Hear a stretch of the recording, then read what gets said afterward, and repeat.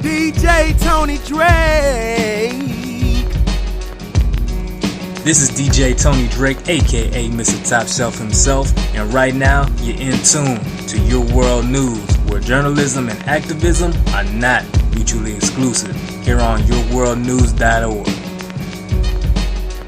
You can't tell me. Thank you so much. Power to the people. Power to the people. All right, say it back. Brother Solomon, has given me the leeway to speak with you this evening on a variety of subjects, but we both agreed that the discussion would revolve around the question of lesser evils, and immediately the big evil, the evil that gets mentioned with such frequency these days that it really kind of freaks me out. Everybody's talking about fascism. I have not heard the word fascism with such velocity and frequency and coming out of strange looking mouths since, 50 years ago, since people like me used to greet each other with power to the people, and the answer was death to the fascist pigs. And it was not just common and casual, it was the way that you greeted people if you were in the party or if the party was strong in your area. Power to the people, death to the fascist pigs, how's the family? It was like that. So that was common, but the word fascism passed out of favor so that even revolutionaries thought it best not to use it and to call anybody it. But today, everybody and their mother thinks that they know what fascism is. In fact, they think they know who he is, the fascist, because they really are not talking about fascism as a system, and not the historical fascism that grows like a cancer out of capitalism at certain stages in its development. They're talking about a person, and they're talking about Donald Trump.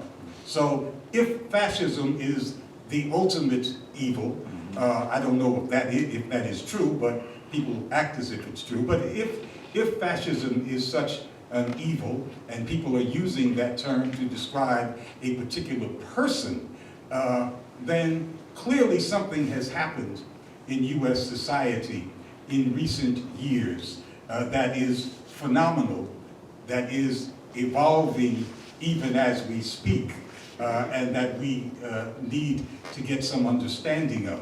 I need to get some understanding of it, and you'll forgive me if I used this opportunity to allow my meandering brain to wander around. What this really means is that much of this talk this evening is going to revolve around the events of the 2016 election, because that's where all of this new terminology, this new attitude, these new resistors, and there's some strange looking people, they don't look like the resistors used to look, these new people who call themselves progressives, and that apparently includes Cory Booker and Hillary Clinton and other people that I consider to be regressives. So it's a different vocabulary in 2018 than we had in 2015. And I'd like to go over the events, maybe in a little bit of minutia, to try to get an understanding of how we got that way. But let's get back on the lesser evil and greater evil theme. I think that will probably take us there. Who is the lesser evil and what is the greater evil?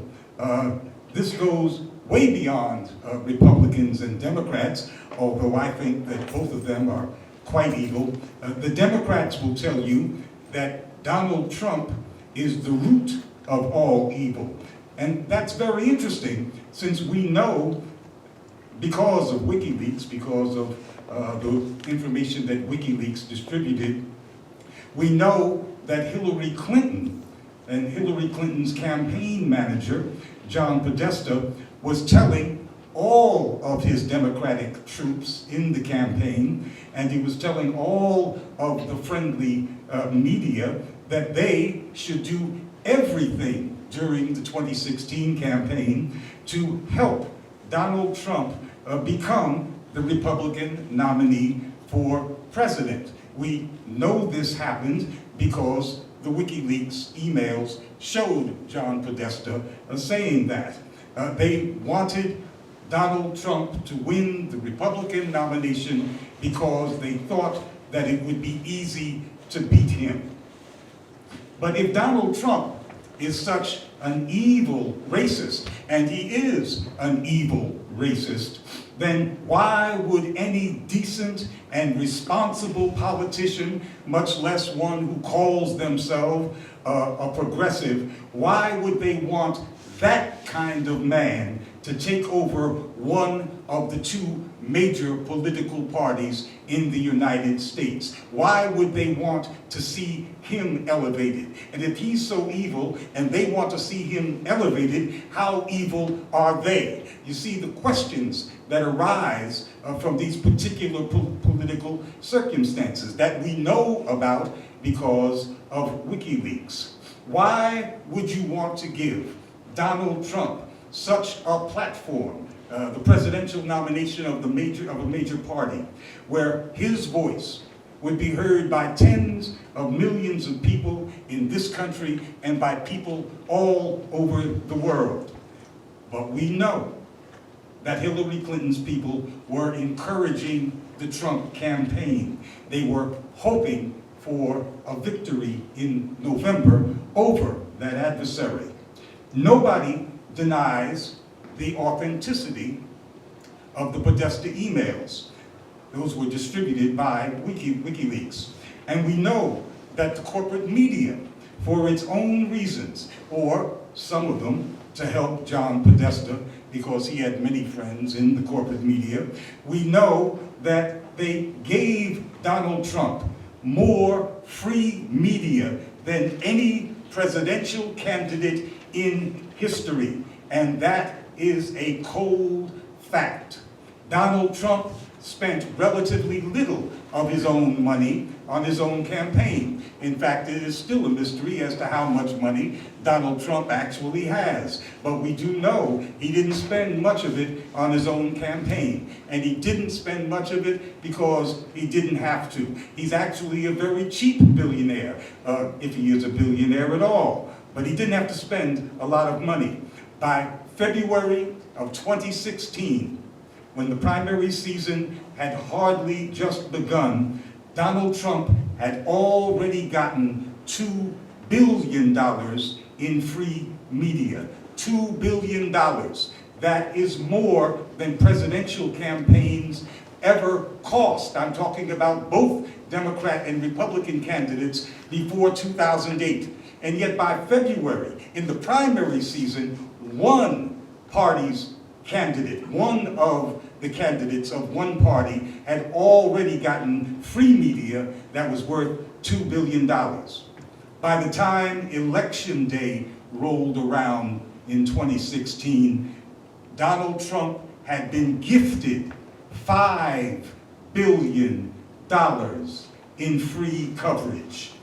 He was the beneficiary of more free media than all of the other candidates from both parties combined, including Hillary Clinton, who was supposed to be the money bags of both parties. So who then made Donald Trump a household word among people, many of whom had never seen his television show, and they didn't live in New York, but everybody knew Donald Trump by the time this $5 billion process was over. Who was it that served up a daily diet of Donald Trump to all of those deplorables? That's what Hillary Clinton called the racist base vote that Donald Trump was seeking. Who gave those deplorables a champion for their white supremacist views, a champion that they could call their own? The answer, of course, is the people that gave him the free media and the people, the Democrats, who encouraged Donald Trump to get that free media. So CNN gave us Donald Trump, and the New York Times gave us Donald Trump, and the Washington Post gave us Donald Trump, and public television gave us Donald Trump. And now all of them hate Donald Trump. They hate Donald Trump 24/7, and they find thousands of ways to say that he is the consummate evil. But they're the ones that gave him the greatest free ride of all time. Donald Trump, the greatest evil, brought to you by the US corporate media with the encouragement of Hillary Clinton, who doesn't apologize for anything she did. She is just mad because she lost the election. Who did the Democrats blame for that loss to the $5 billion man? First of all, I guess we ought to ask, who didn't they blame? They certainly didn't blame themselves, even though they got exactly what they wished for. The emails, Podesta's emails, show that the end result that was desired from giving that orange person all of that free media was that Hillary would run against him. And they fully expected that she would win in a landslide. The Democrats didn't blame it on the Republicans' black voter suppression campaign, even though it is very clear, it's quite clear and it's been documented, most ably by the journalist Greg Palast. He's incontrovertibly proven that the Republicans stole the election in 2016 by suppressing the black vote in those key swing states. The uncounted votes in Detroit alone were far more than enough to throw the Michigan state to Trump. But did Clinton protest this violation of black Democrats' voting rights? She didn't. It was left to the Green Party's presidential candidate, Jill Stein, to go to court to try and get a recount. The Democrats, because of the publicity, were shamed into going along with Jill Stein's suit. And the suit didn't do any good. All the judge ordered was that the votes that were already counted be counted again, but the tens of thousands of uncounted and lost black votes never got counted. But the point is here that at least Jill Stein tried, even though there was no hope for her that at the end of any kind of recount, no matter how many uncounted black votes were found, that she was going to be president.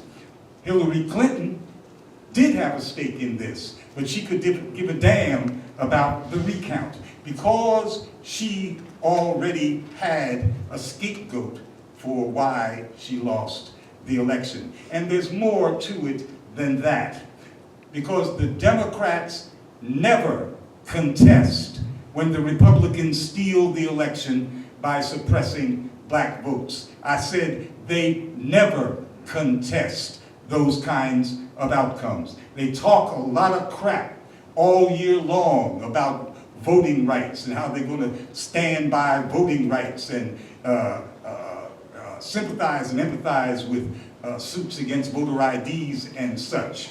But when it comes to the election and the theft of the votes is blatant, as it has been in 3 of the elections in this century, they don't say a damn thing.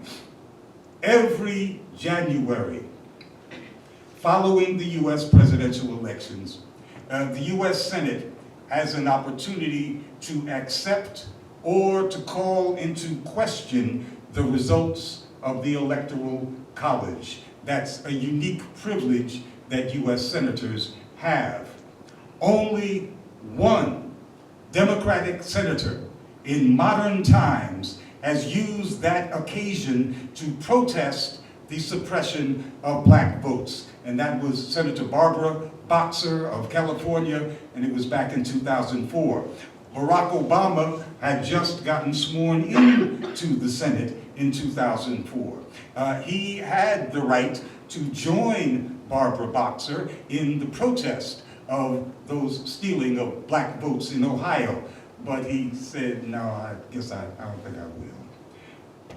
He could have joined Boxer, but he didn't, and that marks him as a good Democrat who's going to play by the rules. I think that if we're talking about greater and lesser evils here, it is certainly evil of the Republican Party to steal black people's votes. They do it not just because they're racists, they do it because they have to. Because if it were not for the stealing of black votes in these presidential elections, the Republicans could not elect a president. So, although that's not an excuse, we do understand the motivation.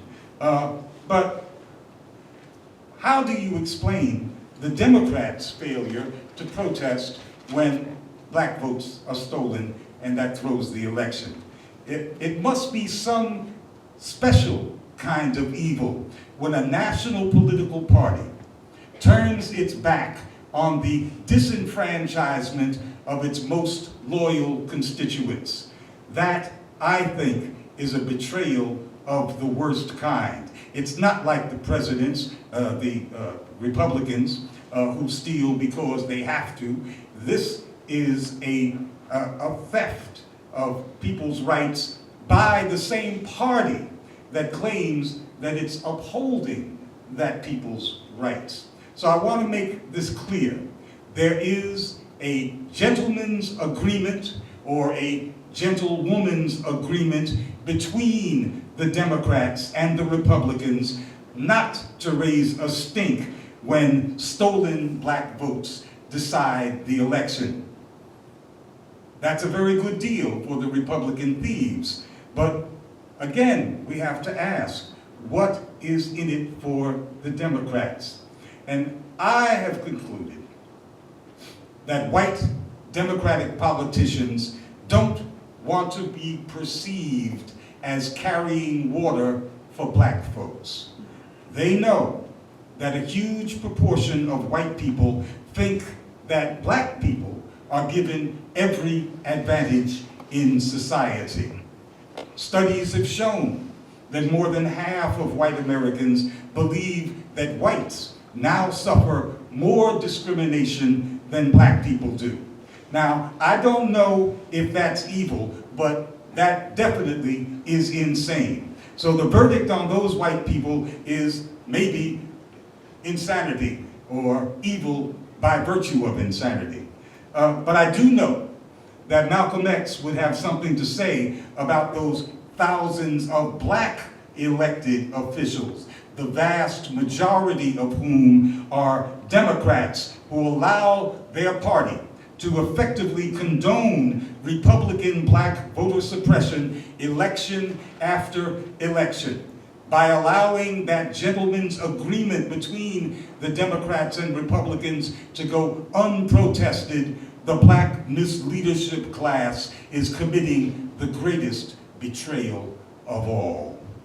Every time this happens, and black Democrats don't make their party pay a penalty for their behavior, they're proving that they are only in politics for self-aggrandizement. But let's get back to that lost election. Clinton wouldn't blame black voter suppression for her loss.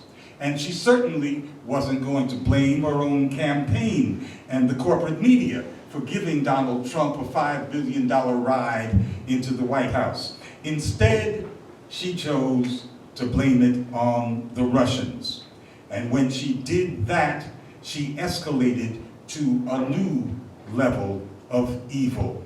We're talking about a possible nuclear confrontation. This is no election season plaything. This is, on the part of the Democrats initially, a historic strategic move which they undertook in collusion with most of the ruling class and most of the corporate media and their covert operatives to reshape the country.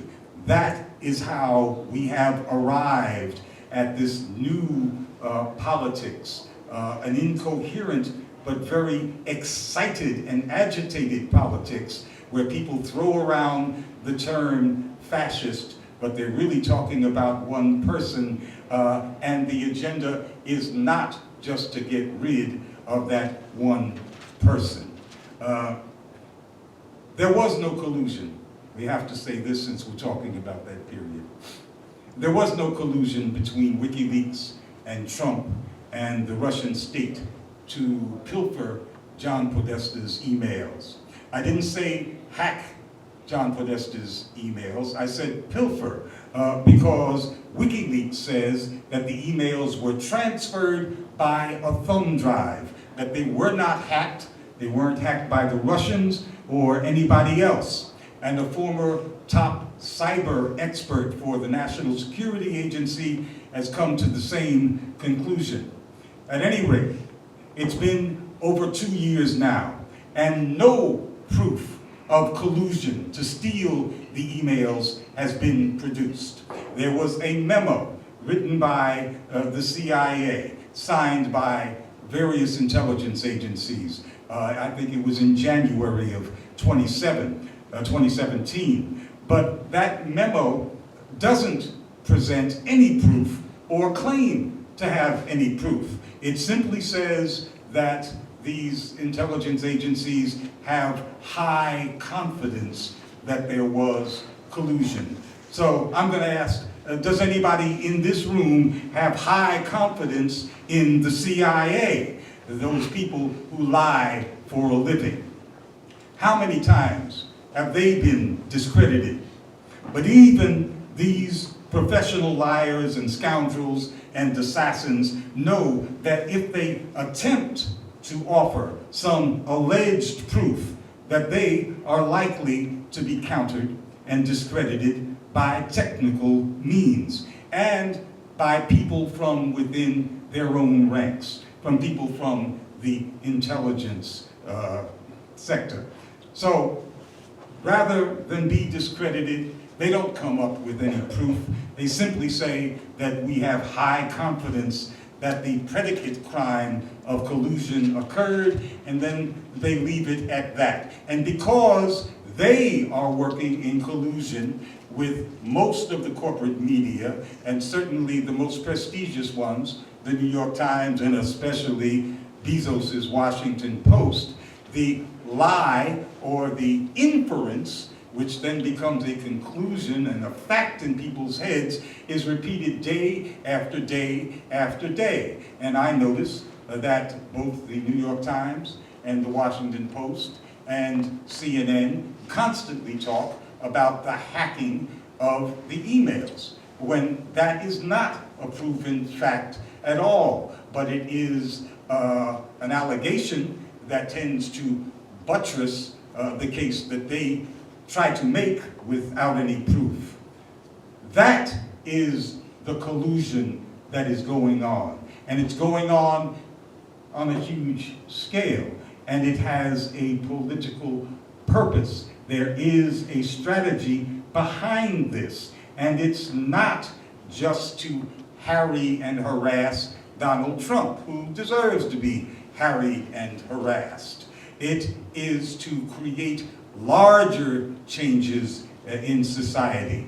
It involves most of the corporate media, and the corporate media is part of the ruling class. It involves the national security state. Those are the spies and the destabilizers and the regime changers. It involves the military-industrial complex and the whole apparatus that looks after the well-being of global capitalism. And I'm talking about those constellations of think tanks that are in service of the US empire. All of them are contributing to this narrative.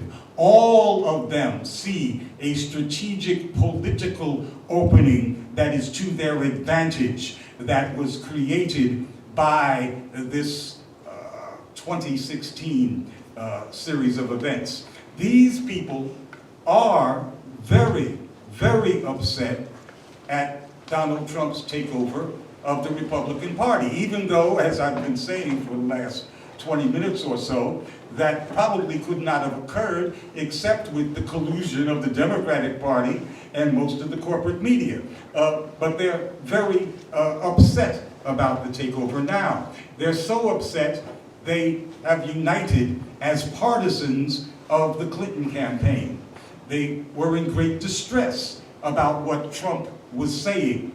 Now, who knows? Nobody knows. I don't know if Trump knows if he really means what he says or if he understands the implications of what he's saying. He seems to just throw words out there to see what works and then keeps moving on.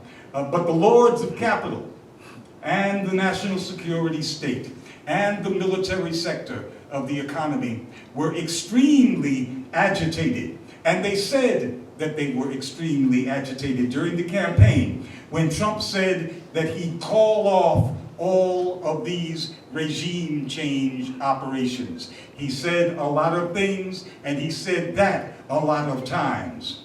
Regime change is, of course, what the United States does. It is its preferred method of international politics. The United States reserves for itself the right to overthrow other people's governments and to do so at will. The CIA's Islamic jihadist proxies in Syria were getting their asses kicked by the Syrian army with indispensable help from Russia and from Iran. Presidential candidate Hillary Clinton promised to declare a no-fly zone in Syria to save the jihadists, even if it risked war with Russia. This is what the CIA and the whole military sector wanted to hear. Here we have Donald Trump saying lots of crap, but much of it quite upsetting to the ruling class and the CIA and the military-industrial complex and to capitalists in general. Hillary was saying the right things. The ruling class was rattled.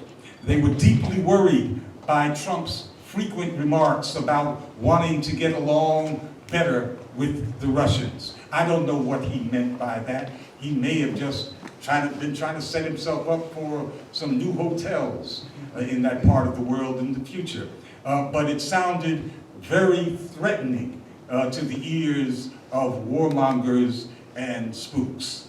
The Obama-Clinton administration had been aggressively squeezing the Russians for some years. They were showing off U.S. muscle. They had reached a crescendo of aggressiveness. The U.S. and its NATO allies attacked Libya in 2011. Right. They killed Muammar Gaddafi, and then they moved quickly to do the same thing, they hoped, in Syria to kill President Assad. But they didn't move before Clinton cackled over the news that Gaddafi's death had occurred. She said, "We came, we saw, he died." That's right. We're talking about evil and gradations of evil. In diplomatic terms, that's pretty damn evil. In fact, it's the least diplomatic language that one can imagine. It is probably the least diplomatic words that any Secretary of State or any foreign minister has uttered since the time of Hitler.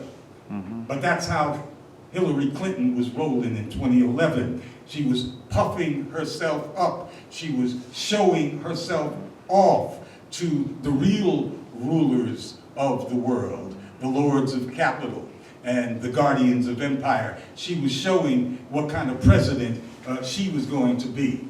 Up until when she resigned in 2013, Hillary Clinton oversaw the U.S. operation to overthrow the government of Ukraine, which had good relations with Russia, was a home to millions of Russian-speaking citizens, which hosted a strategic Russian naval base, and on top of that, was dependent on Russian oil. The Obama administration decided that it was regime change time in Ukraine. And just as the US used Islamic jihadist proxies to fight its wars in Syria and in Libya, Obama empowered Nazi militias in Ukraine. And I'm talking about real Nazis, real white Nazis with swastikas and doing the salute, all of that. Ukraine, in fact, has become the center, bar none, of Nazi activity in Europe. The Nazi militias are real powers in Ukraine. They often threaten to overthrow the government in power now, just like they did with US help a couple of years ago. Ukraine is so famous for Nazis that there is Nazi tourism in Ukraine. That is, pro-Nazis go there to be among their kind, and people curious about Nazis go there just to see what Nazis look like. That is what US regime change does. And then, after putting Nazis in power in Ukraine, Hillary Clinton adds insult to injury. She calls Vladimir Putin Hitler for sticking by the democratically elected president of Ukraine. An assistant to Clinton bragged that the US had spent $5 billion to overthrow the Ukrainian government. So the Obama administration had been on a military regime change, anti-Russian offensive since 2011. I'm trying to give some background for these events in 2016. It was important to the military-industrial complex, to the spooks and the other guardians of empire, and to the generally rich rulers of the United States, that the US keep up that military aggressive momentum. No more malaise. The US is on the move. People are having to listen to us now. Don't give up that forward momentum. But Donald Trump in 2016 was talking about resetting the diplomatic button with Moscow and maybe even getting out of Afghanistan. Trump not only did not favor regime change in Syria, at least not back in 2016, who knows what he favors now, but he often sounded like he wanted to get out of Syria altogether. That kind of talk made the CIA, in particular, apoplectic. They sent out some of their retired CIA agents to tell the press how much better a president Hillary Clinton would be. We saw this rash of endorsements from the intelligence community in the primary season of 2016 for Hillary Clinton. What really worried the spooks and the militarists and the empire buildings was that Donald Trump's base of racist white men didn't even blink an eye when he spoke about establishing peaceful relations with the Russians and ending this regime change strategy of the United States. It had always been assumed that that particular demographic, the Trump constituency, these white men of a certain economic category from the South and from the Midwest, that was the Democratic that was most amenable to US wars. These people, if these people were not the war party, the ones that the war party could call upon every time they wanted to do an invasion or a regime change or some other kinds of aggression. If it wasn't the Trump base, then who was it?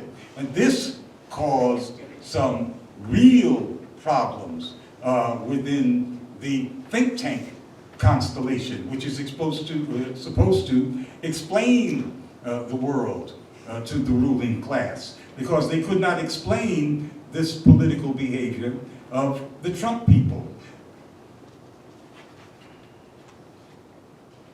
So all of this was very disconcerting to all of the guardians of U.S. imperialism. But there was more that was coming out of Trump's mouth. He not only said that he opposed the NAFTA trade deal that was made under Clinton, and that he opposed the Trans-Pacific Partnership deal that Obama had tried to push through, but Trump rhetorically and repeatedly, and sometimes still, calls into question whether it is right for multinational corporations to transfer jobs and monies around the world at will. Now that is absolute heresy to speak in the U.S. oligarchy. It is beyond the pale. Once you start talking like that, there's no coming back. You can get killed for that. That is really threatening to the ruling class. It goes to their basis for being here.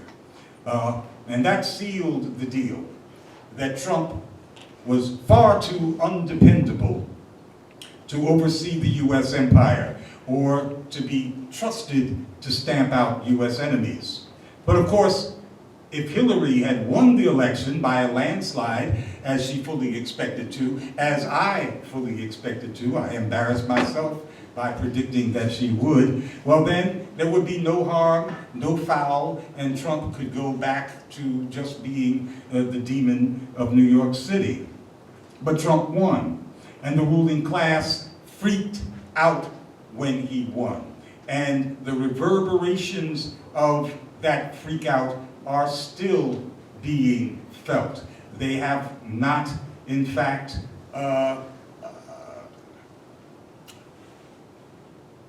we don't know, in fact, in full where they're going. We see that they're trying to discredit Trump, but they're doing more than that. It's not just a contained Trump. It's not just setting up for the next election. It's much, much more ambitious agenda, because there are so many powerful players involved, and they all have agendas, and they all did freak out, and they all felt insecure in ways that they never felt before, because of acts of their own doing. They, as I hope I established, gave us Trump, and then they gave themselves a heart attack. They were shocked at the loss of ruling class control, and they were shaken by that.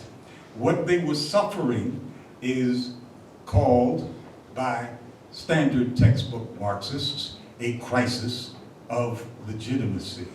And that's what we see people working through today.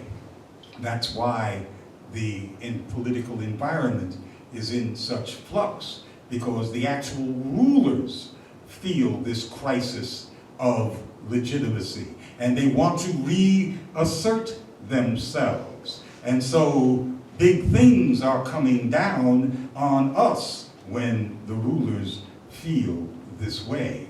So they've got to do much more than just discredit Trump as a dupe of Moscow.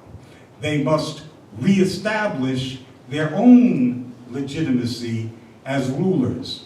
And that means reestablishing the corporate consensus. The corporate consensus is where all the ruling class members agree on the general shape of the future of society and what the rules are going to be and how they're going to behave. They don't want to shock each other, and they certainly don't want another shock like they experienced with the rise of Trump. The corporate consensus, at least since 9/11, is endless war and endless austerity.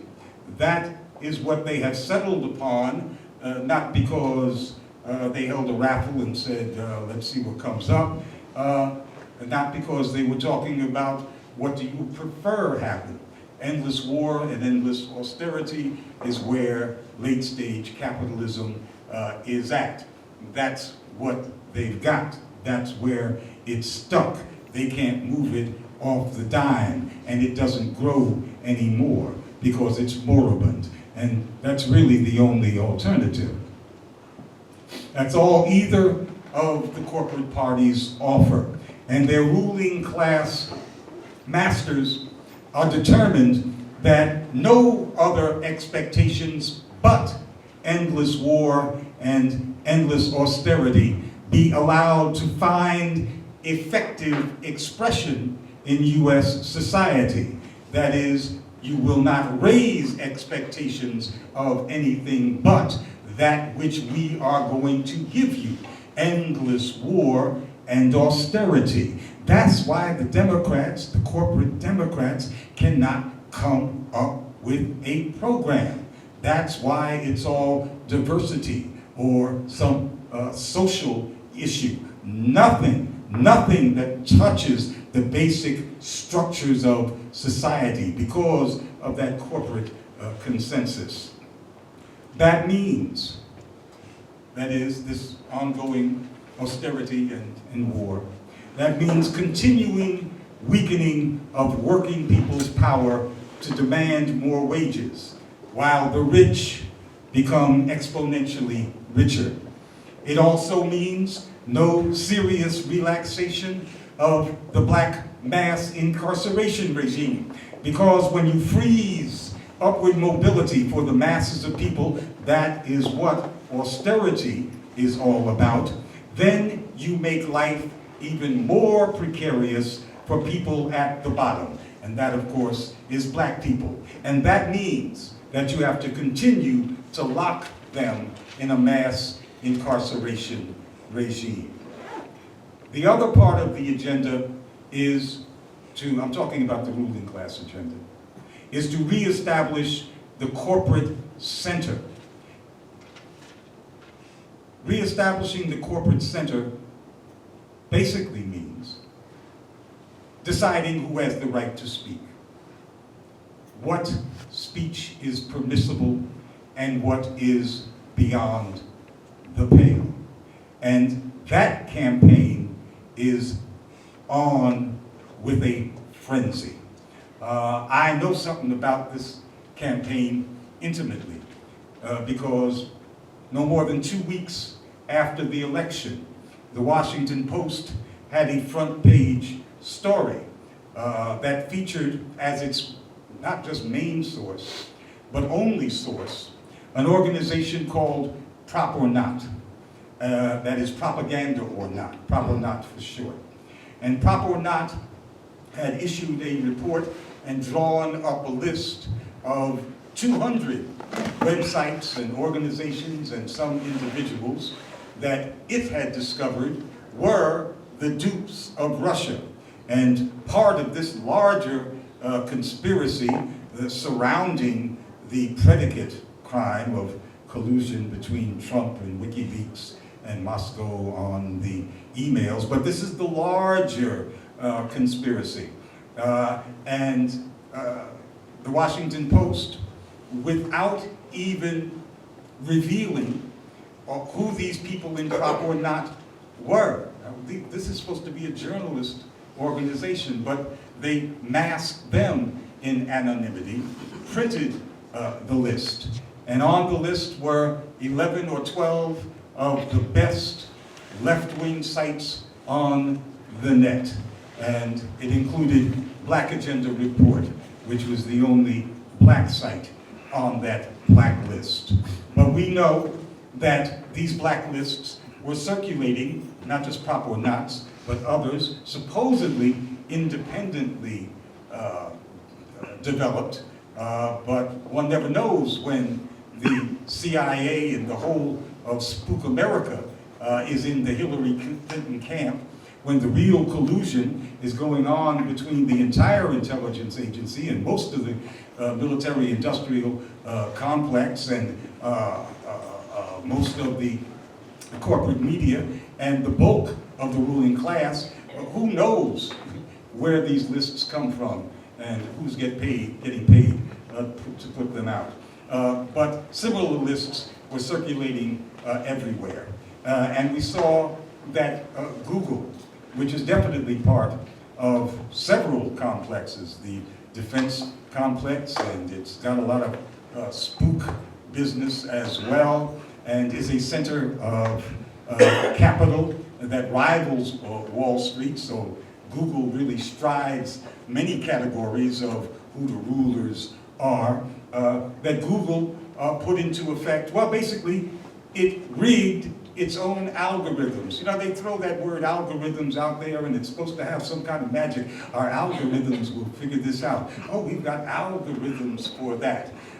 Well, whatever algorithms they had working before 2016, they fixed them so that people searching for material that is in Black Agenda Report or any of the blacklisted sites will not find Black Agenda Report.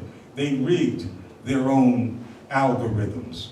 And we know, because many of the sites follow Google Analytics and saw their numbers plummet, that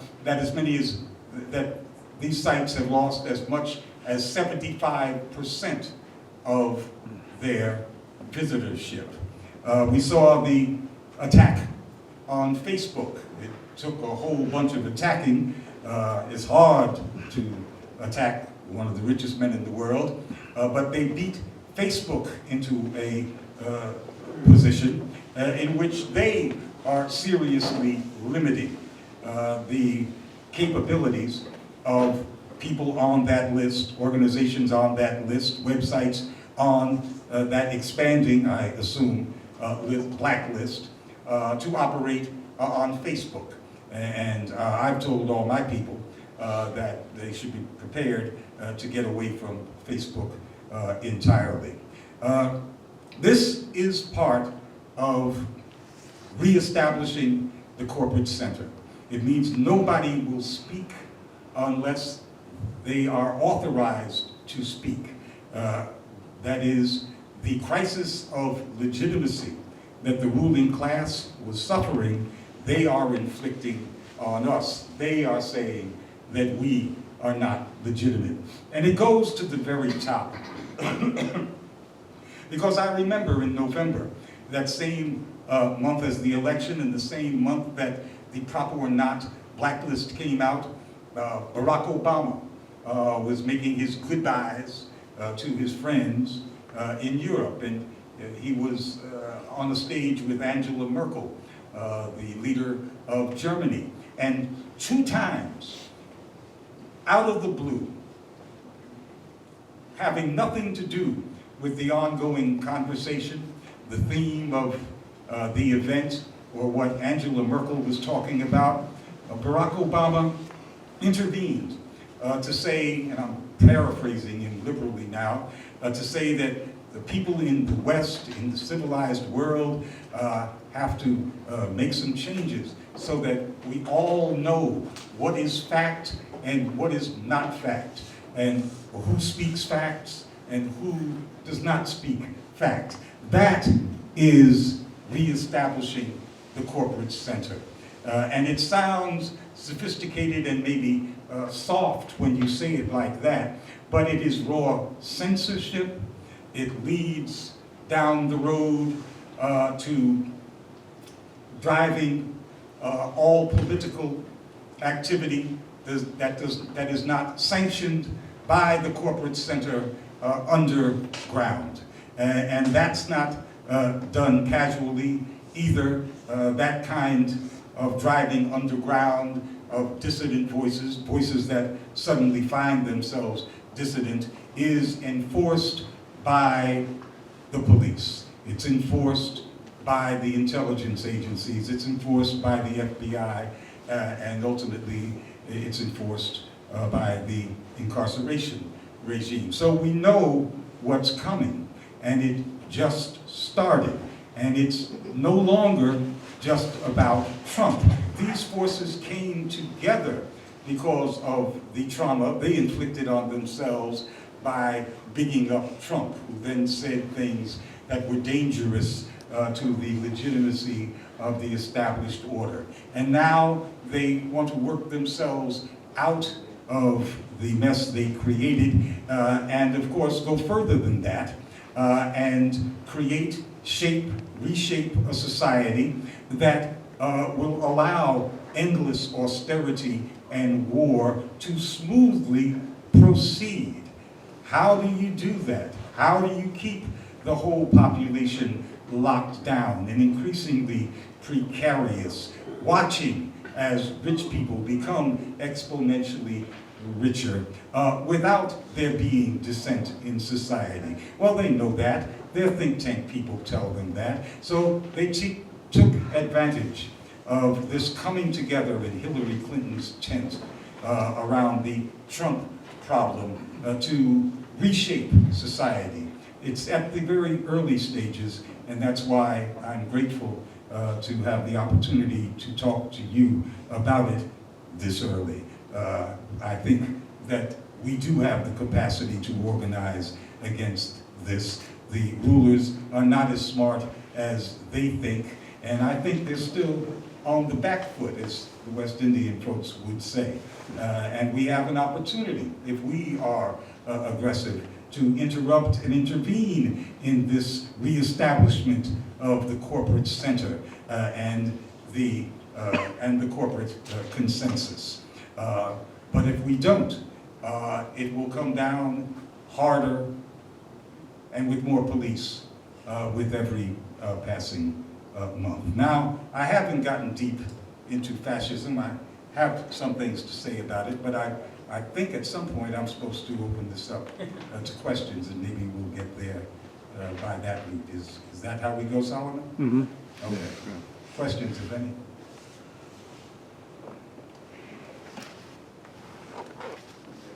I forget the professor's name, but he's a Yale professor, history professor. He wrote a book on tyranny. The book on tyranny, have you gotten a chance to read that book? No.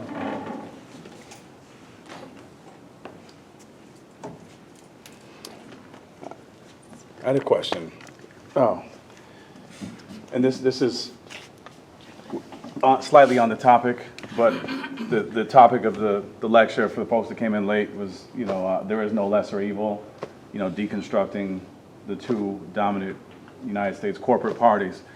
You also coined a phrase many years ago during the Obama administration, the more effective evil. And for folks who may not be particularly familiar with that phrase, can you explain why you described Barack Obama as not the lesser evil, but the more effective evil in comparison to his Republican counterparts before him and so forth? Well, all of us want to be scientific and objective and figure out a way to answer these questions that are put to us in non-scientific ways, with people being charged with being some kind of evil. That doesn't really tell us much of anything. It was clear to us at Black Agenda Report that Barack Obama, largely because his presence had totally neutralized the black political community. And I'm not talking about the Congressional Black Caucus and folks like that. I'm talking about lifelong revolutionaries who said that they would never give in to this racist, white supremacist, capitalist system, did as soon as they had a black president. It was a near total collapse in the black community. And the black community is the most volatile and the most left-leaning constituency in the United States. So once you have that pacified, then most of the other sectors will follow. And so Barack Obama was able to continue all of George Bush's wars and begin a number of his own. He was confident enough that the traditional opposition left had been so neutralized that before he even took the oath of office, he was telling the editorial boards of the New York Times and the Washington Post that all the social programs, all the entitlements, Social Security, Medicare, all of them would be on the table for cutting. He was telling them that this is going to be austerity. He had a mandate. In fact, they were saying the obituaries of the Republican Party. It was premature, of course, but that's what they were doing after Obama's victory. So he didn't have to do that. He had his orders from his masters that the order of the day was austerity. And that is what we got. And because the black community and those other left communities that follow our lead have been neutralized, he had no opposition. He accomplished what Republicans could not accomplish. And what he accomplished was evil, and therefore he was the greater evil. And I want to say that this occurred before he was even elected president. If you remember, it was in October that the great crisis over the economic meltdown was being discussed in Washington. And John McCain, the Republican presidential candidate, didn't know what he was going to do. He vacillated back and forth. But the Republican Secretary of the Treasury and other bigwigs put together a package for a bailout of the banks. It went to the Congress on a Monday, and the Congress voted it down on that Monday. Lots of Republicans voted against it. Most of the Congressional Black Caucus voted against it.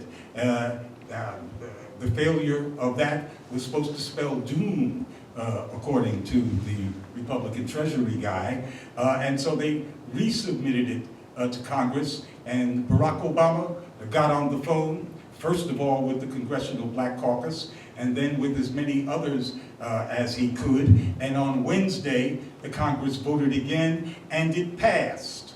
And the Congressional Black Caucus totally changed its vote.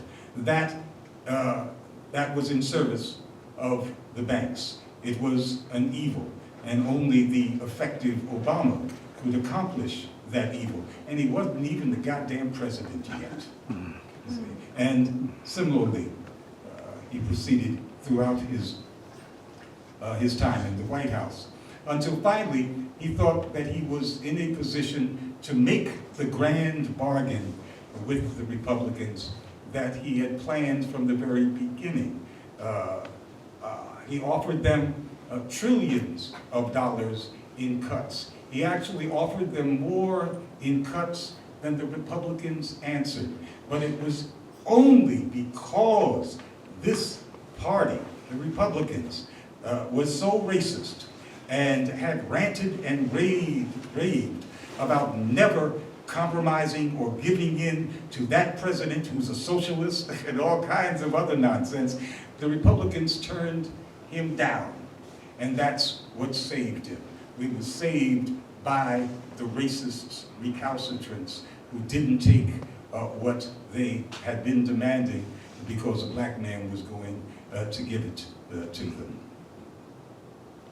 Should I show them? Use the mic. Sure. Anybody else? Maybe somebody else cares.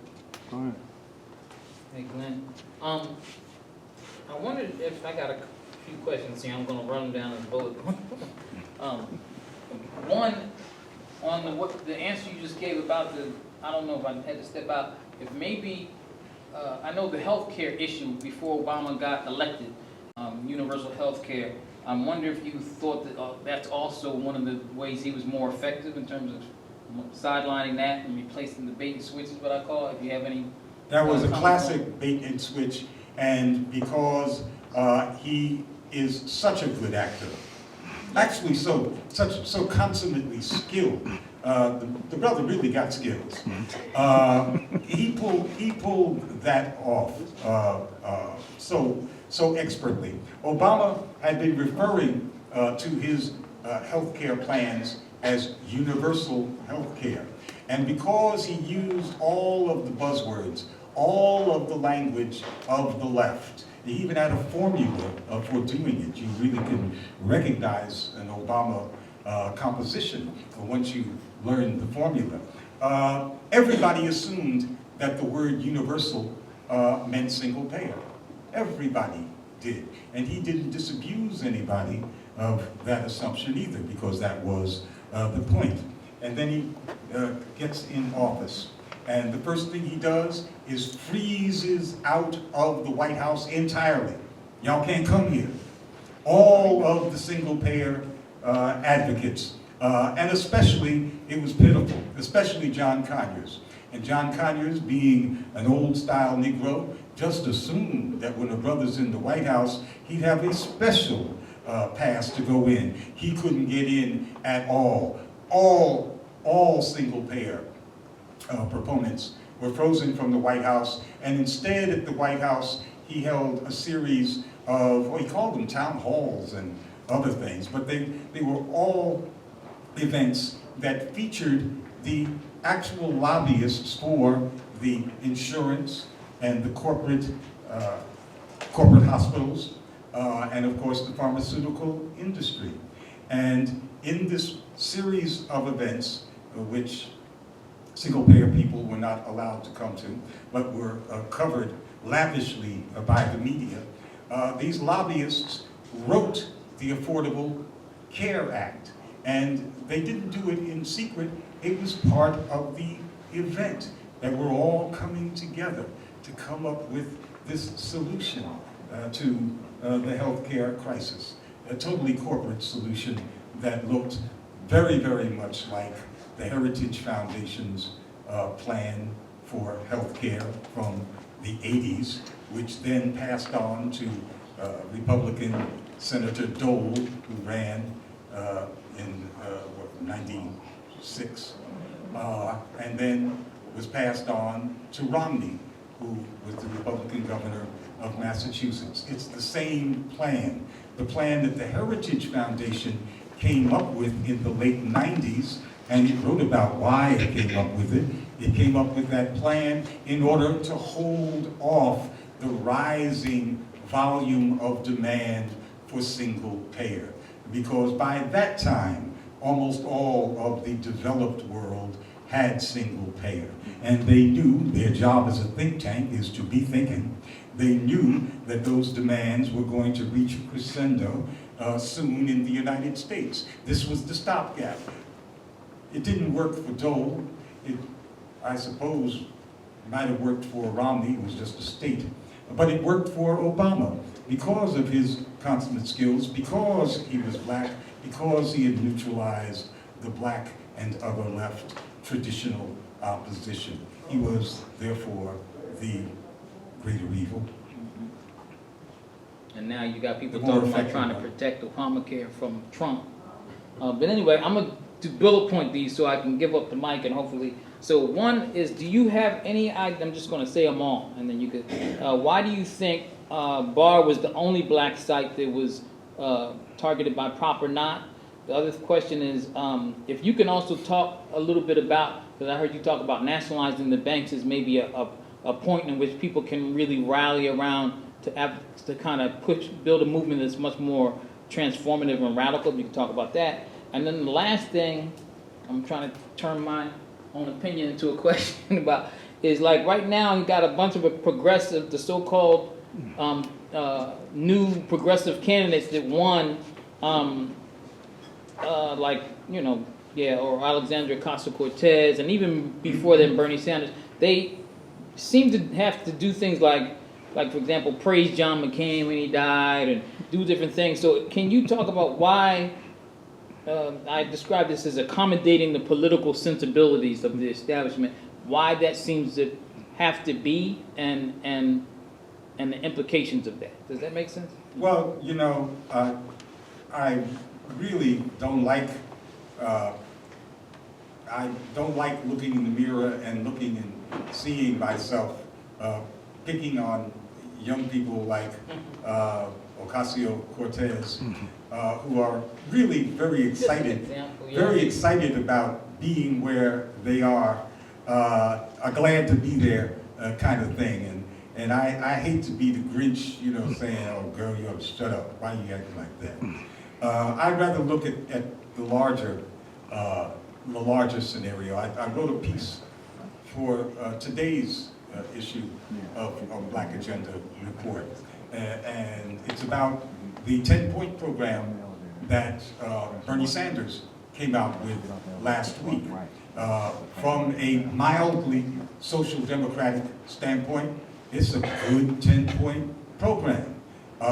It is deformed in that it's just a domestic program, and Bernie Sanders has nothing to say about foreign policy, which means he has nothing to say about the military budget, which 60% of Democrats voted for. They voted to give Trump, or rather the military, something like $60 billion more than Trump asked to give the military. That's what kind of Democrats we have there. But in terms of domestic policy with single payer in the lead, I think that Bernie Sanders has another chance to create the situation for a split in the Democratic Party. I believe that there must be a split in the Democratic Party if there is going to be a mass, even mildly social Democratic Party out there. The social democrats, and even a bunch of people who think that they're more left than that, they're all in the damn Democratic Party. So if there is no split in that party, then that cohort, that political cohort, remains captured and ineffective. And we'll have to, those of us who are on the outside will then be doing what you was asking me to do, like make fun of them and how silly they acted in the company of real villains like McCain and like the Speaker of the House and all those other villains. But people get excited, and I'd rather, you know, not talk about those peccadillos. The best thing that Bernie Sanders can do, and there's another chance to do it, is to do as best as he can against this corporate democratic machine, which is adhering to the corporate consensus around austerity and endless austerity, endless war. Will do everything in their power to keep on that track, and more specifically, the healthcare and insurance and pharmaceutical industries see single payer as an existential issue. And it is true that a real, strong, single payer bill, not with holes all through it like Medicare now is, but an improved Medicare and expanded, would cost those industries trillions of dollars, and many companies would go out of business. To that extent, it's existential. Further, the example of single payer, which would be seen by most people as amazing since they've never had anything like that in this country, would encourage and raise expectations for more people's type programs, which is, as I was discussing earlier, the expectations that must be suppressed at all cost. So I expect that this commendable Bernie Sanders program, which includes tuition-free colleges and lots of other goodies, many of them costing trillions of dollars, will be scuttled by the only people who can, and that is the corporate Democrats. These initiatives don't come from the Republicans, they come from within the Democratic Party, and they are killed within the Democratic Party. Here comes Bernie Sanders on a roll, thought to be the most popular politician in the country. Let's see them try to crush him. And the best outcome would be that his followers, and that there would be many, many more of them, are so disillusioned with this party that they do, in fact, split. So I like to look at the scenario as an inviting and promising one.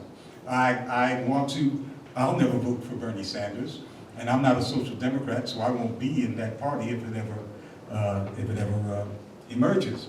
But it would be the best thing for the left as a whole to have a society in which the corporate voice does not have a monopoly in the electoral process.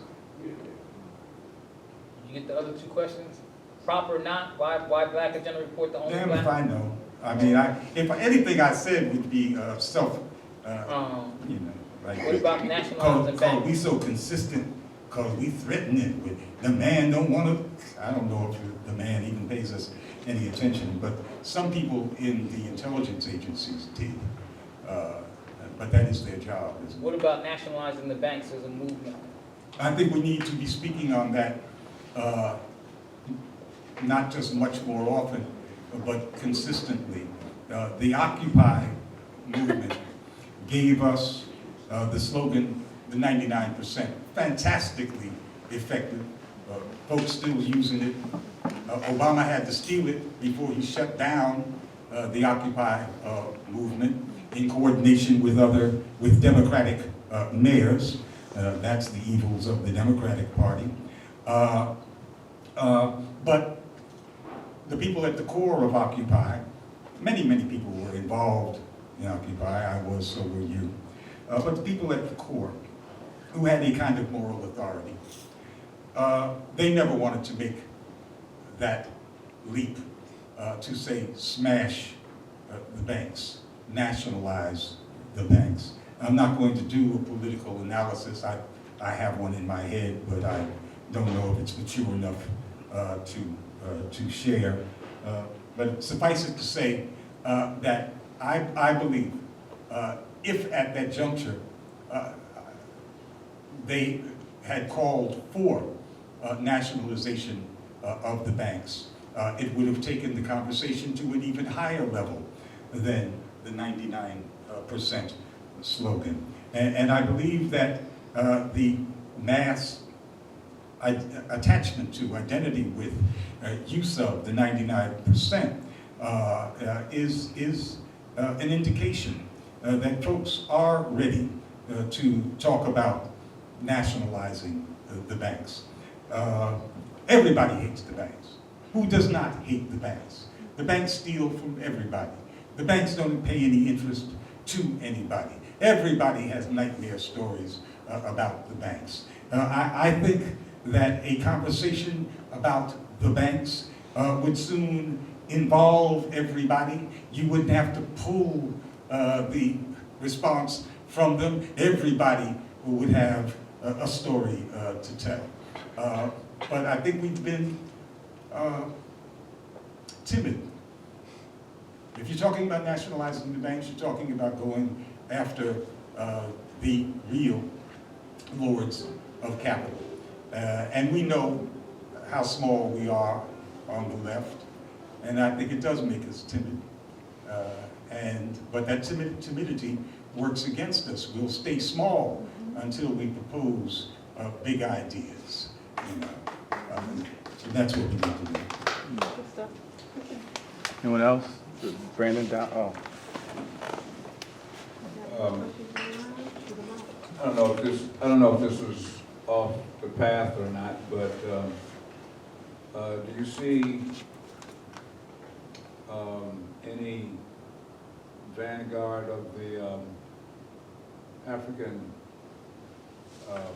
mindset in terms of wearing down Afrikaans or so forth? Because it seems like, to me, it seems like there's three different worlds. You know, this is, we're talking about corporate America, we talk about the European community. Of course, you know, there's Russia, but that's all in it as well. But our community in our homeland, is there any mindset there, any vanguard, you know, that's has working on a strategy? Well, I'm told that about 3 weeks ago, a fantastic meeting of Pan-Africanists was held in Ghana. That was fantastic because all of these Pan-Africanists were socialists.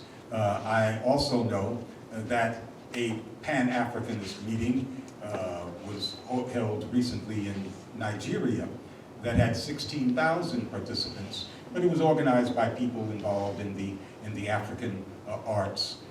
It was not that political. The Ghana Pan-Africanist meeting, as I said, involved socialists, and at the core were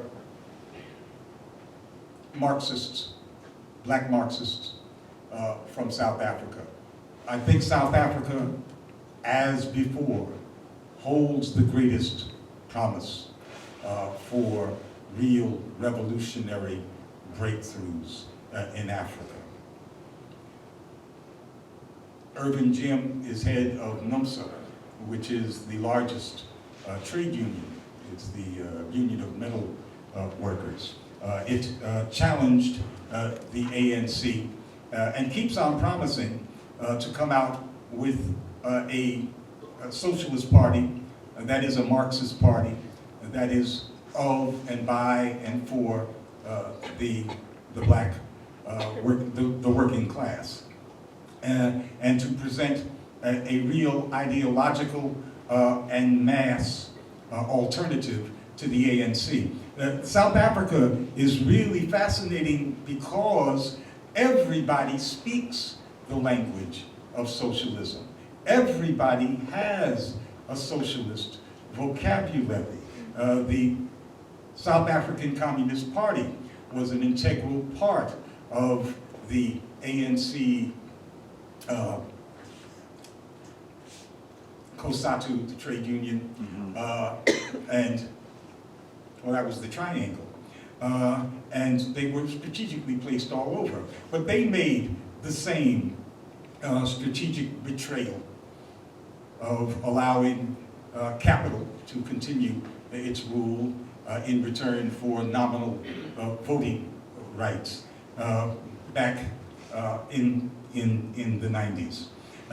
And so this argument, this ideological struggle in South Africa is truly Marxist in content. It's not about teaching people how to speak the language and about the importance of the commanding heights of the economy.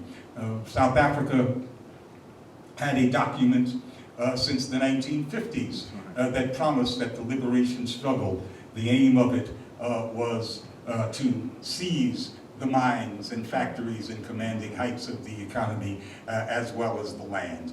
The soul of the South African Revolution was always supposed to be revolutionary and Marxist, and that was betrayed by the ANC, and that's a terrible tragedy. But it means that the struggle is on a much higher level than might occur in a less politically developed place than that. And that's why I brought up the Pan-African Socialist gathering in Ghana, because that was an initiative by these black trade union Marxists in South Africa to give not just solidarity with, but material support to other similar thinking folks around the continent. I think that that's going to be the vector of radical change in South Africa. And that is the kind of analysis that is required to deal with the levels of imperialist and Chinese, whatever you want to call Chinese, penetration of the country. We've got to have a solid analysis of the relationship of forces there. It's not just the old colonial relationships.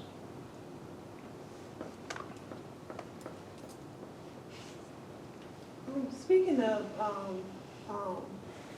China's footprint currently on the continent, and just from my vantage point, and not nearly as wide as your own, but I'm seeing that a lot of the masses of the people on the continent are radically against the moves of the so-called leaders, opening up the doors so widely and comfortably to the Chinese.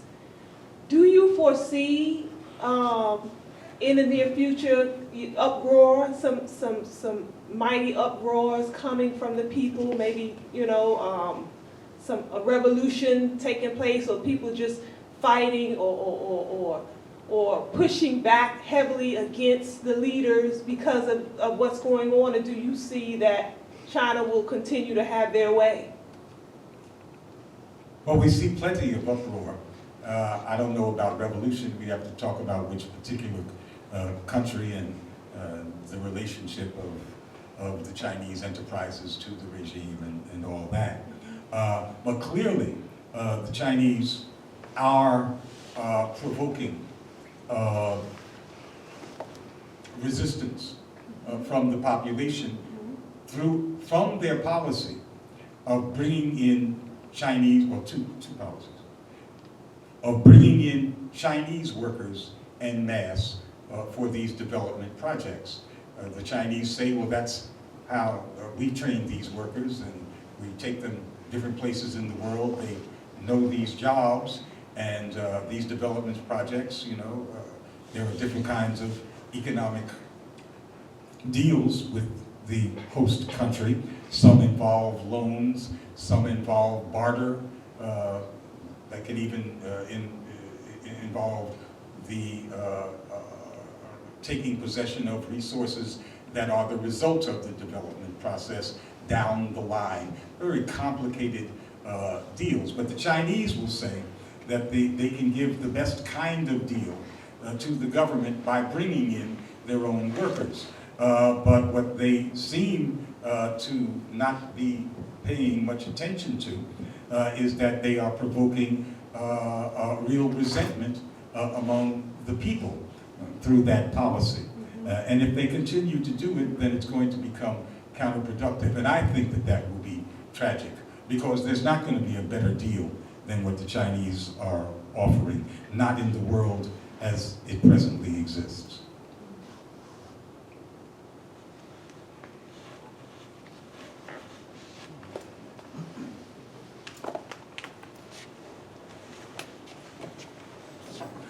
The other part of the China deal is the private Chinese companies and the Chinese government's allowing lots of its citizens to privately emigrate to Africa. And many of these, tens and tens of thousands of these folks, are not involved in development projects that add to the infrastructure of the country. They are setting up mom and pop stores and clothing outlets with their own contacts back to China, so that nobody can compete with them. And they are taking the place of local folks who could be filling those kinds of holes in the economy.